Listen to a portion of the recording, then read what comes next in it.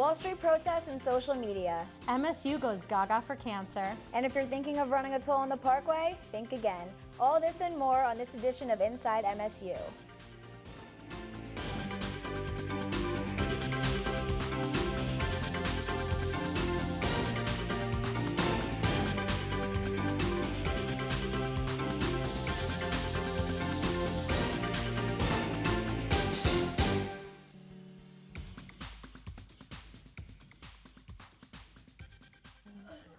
Hello and welcome to Inside MSU. I'm Emma Captain. And I'm Stephanie Petchers. Protesters on Wall Street have been rallying for more than a month at Zuccotti Park in New York City. What is their message and who is in charge? It's a story we've been following. Here's Teresa Lewis with the latest. The festive atmosphere at the protests continue, and while it looks like a party, the issues are serious. Personally, I would like to see campaign finance reform happen. I've had discussed for the Fed for a while now. There's no jobs out there. When I graduate, I don't know if I'll be able to get a job to pay back my loans. What we've seen is that this really has served as kind of a lightning rod for people who have some dissatisfaction, who want to express some dissent. One dissatisfied group of protesters are college students. OnlineSchools.org reports that U.S. college students owe more than $849 billion. They're nervous about their future and their debt. I'm not relying on my parents to pay for college, and I'm going to have to take care of that, whether I'll be able to get a job or not. I think a huge part of a democratic society is affected by student loans. If you can't get an education, you can't communicate, and you can't participate in the political process. The people who are here because of their student loans want the same thing as the people who are here because they can't find a job, and they want the same thing as the people who are here because they lost their house. Occupy Wall Street prides itself in being a leaderless movement. While some believe it could hurt their cause, others believe it could help. The lack of a coherent, centralized narrative is one of the great strengths of this movement. The thing that all of these people are focusing on is unfair distribution of wealth, not just in the United States, but throughout the world. They're saying quite clearly, capitalism, in this particular instance, ain't working. There's no uniform message coming out of here because everything is messed up in America, not just one thing, so you can't have just one message. But there is one thing different about this movement that unifies everyone: social media. With social media, it enables people to kind of exert a level of authority, even if they aren't the official spokespeople of the movement. Social media technology could eventually be used to coordinate international demonstrations, even to the extent of coordinating an international strike. That's very powerful. The movements overseas have grown dangerous, but the message is still of peace here in the U.S. Only time will tell what will ultimately come from the protests on Wall Street. For Inside MSU, I'm Teresa Lewis. Now Emma has this week's student views. Thanks, Stephanie. As we just saw, Occupy Wall Street is attracting college students. So we decided to ask MSU students what they think about the movement. Let's take a look at this week's student views.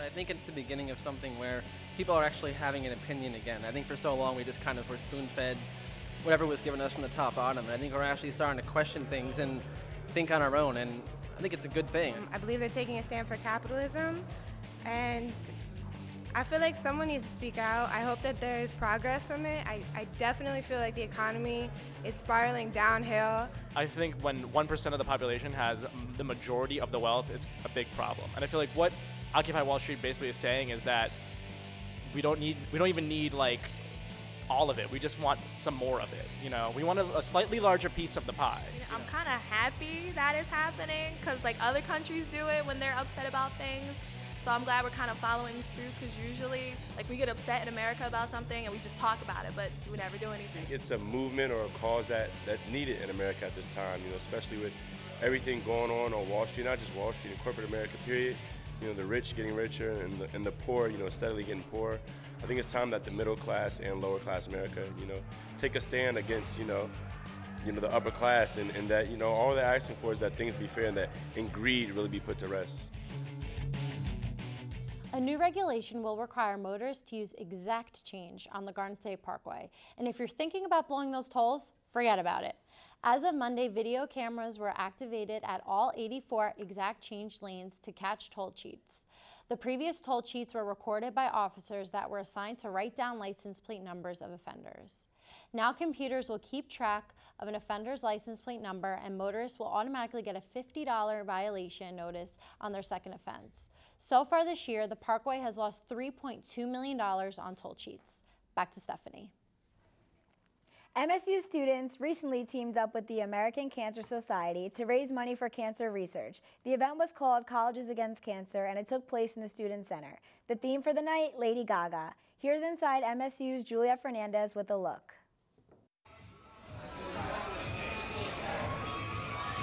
The buzz was that Lady Gaga had entered the building, getting a pumped-up crowd outside of the Student Center Annex. The excitement was contagious. But it wasn't all singing and dancing. The night included video presentations about cancer, a speech from a cancer survivor, and a touching poem. We missed you in July through red, white, and blue. Through cookouts, fireworks, and parades. All we wanted was to hug you. We made our way backstage to speak with some of the performers. What are we about to see today? You're about to see 3 or 4 different numbers from Lady Gaga. Right now is Edge of Glory is going on, and then we're going on with Telephone, and then there's Bad Romance, and it goes right into Born This Way as the finale.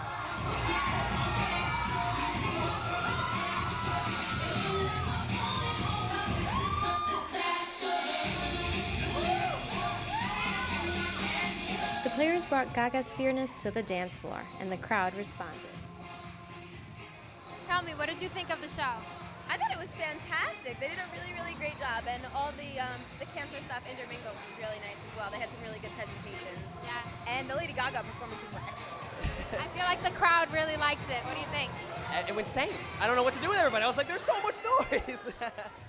But even through the familiar dance numbers, extravagant costume changes, and egg-revealing entrances, the message was clear. That cancer is a real thing that does kill people. It's going to take more members of this current student body than any other disease, epidemic, war, or fight we have. I learned that even if you don't have any family members that personally have cancer, that it affects a lot of people, and even if you get a majority of people that you know to donate, it helps a lot of lives be saved. I thought it was pretty strong, and it definitely raised a lot of awareness, and I definitely think it scared people who weren't very so much aware. But the videos were really good, and they captivated me, and they really got me to go and help out with the relay races. There was tears, there was laughter, a lot of information, and even more Lady Gaga to raise awareness on cancer research. For Inside MSU, I'm Juliet Fernandez. Debate is raging across the world over the Israeli-Palestinian conflict. Our correspondent Rob Dickerson attended a New Jersey event this weekend which examined the U.S. support of Israel. Support for the state of Israel is strong in America, but debate often arises over the country's legitimacy. The Jewish Community Center Metro West held a conference summit on Sunday to show support for Israel and discuss its portrayal in the media, inviting many notable guest speakers. The PAC Center first heard from a former member of British Parliament and founder of Britain's premier Israel support group. There is a huge presumption that you can't be a Zionist unless you are a practicer of the Jewish faith. Now, you know that's not true. It is a real barrier for people embracing what Zionism is, what Zionism started out to be. And we've got to break down barriers to communicate with the vast majority of people who actually are not against Israel or not for Israel. The keynote speaker was New Jersey's own Senator Bob Menendez, who spoke of his and the government's support of the Israeli cause. Well, stepping up for Israel is stepping up for the United States of America. This is our partner, our ally. Israel's history and Israel's legitimacy cannot be undermined, nor is there any denying the millennia of history. Nobel Prizes won, battles fought for peace, a democracy in a sea of autocracy. The event closed with a call for grassroots activism and support of peace between Israel and Palestine. Now our sports reporter, Kendall Zappa, will update us on MSU sports. Thank you, ladies. The field hockey team unfortunately has seen their undefeated run end. This past Saturday at Sprague Field, the team took on 6th-ranked TCNJ, a team they have yet to beat since 2005. Though a tough loss, the game was well fought as the Redhawks proved worthy of their 7th-place national ranking, holding the Lions to 1 goal scored late in regulation. The team is now an exceptional 15-1 and will go on the road taking on Richard Stockton College this Saturday. That night, the football team took on rival William Patterson under the lights in what would become a 20-0 blowout. Junior backup quarterback Drew Cathy led Montclair to their 6th straight victory after starting quarterback Tom Fisher suffered a potential season-ending injury in last week's matchup against Cortland. Cathy went 11 for 23 with 1 interception in his debut. The team heads to Ewing this weekend to take on the TCNJ Lions. Now let's head over to Samantha Roth with your entertainment news. Thanks, Kendall. The hottest show on Broadway right now is Matt Stone and Trey Parker's The Book of Mormon. The show, which received 9 Tony Awards this past spring, tells the story of 2 young Mormon missionaries who are sent to a remote village in northern Uganda, where a brutal warlord is threatening the local population. This musical has been sold out for months and is a huge crowd pleaser, which brings us to our next story. Almost 30 years ago, producers on Broadway created the New York Theater Festival to inspire the production of musicals. This year, as part of our off-campus series, Inside MSU's Rob Dickerson goes to the festival and reviews a musical that might draw applause from the Occupy Wall Street crowd at Zuccotti Park. The New York Musical Theater Festival features 30 shows, all vying for attention and a shot at Broadway. But undoubtedly, the highlight of the festival was the comic musical The Big Bank. Written by brothers Jacob and Dan Seligman, the play follows the misadventures of the employees of Brooklyn's greediest bank. We repossess, we take the things you used to call your own. We repossess, we redistribute every car and phone. We repossess, we make you wish you'd never taken a loan.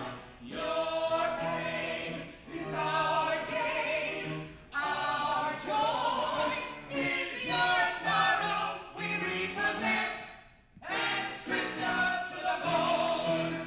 Written as a satirical critique of the financial business, writer Jacob Seligman believes the piece is now more relevant than ever. I mean, come on, it's the big bank. Everybody's talking about the big bank. It's the bank that loves to foreclose on people, like all the other banks. I mean, we wrote it 16 years ago, and now it came true. It's a prophetic piece of work. The musical follows the trials and tribulations of an accountant with a conscience, who must deal with an overbearing boss, backstabbing coworkers, and his sympathy for those he must foreclose on. You know, there are scenes within the musical where you're laughing, haha, we repossess, isn't that funny? And then the next scene is Stuart actually foreclosing on this man and his daughter. And it's terribly touching, and you want to cry. A rousing success with audiences, the play was one of the most entertaining of the year. It was absolutely great. It was so clever. It was so entertaining. The music was brilliant. It was brilliant, really brilliant. Well, the love songs were amazing, and the songs that concluded each act were absolutely extraordinary, I thought. Is there a trip to the big stage of Broadway in store for the Big Bank? Only time will tell. To learn more about the Big Bank, visit thebigbank.net. That's all for your entertainment news. I'm Samantha Roth. Back to you. Thanks for joining us for this week's edition of Inside MSU. I'm Stephanie Petchers. And I'm Emma Captain. Tune in next time for our homecoming special and our next off-campus feature that will take you into the big business of the fantasy world.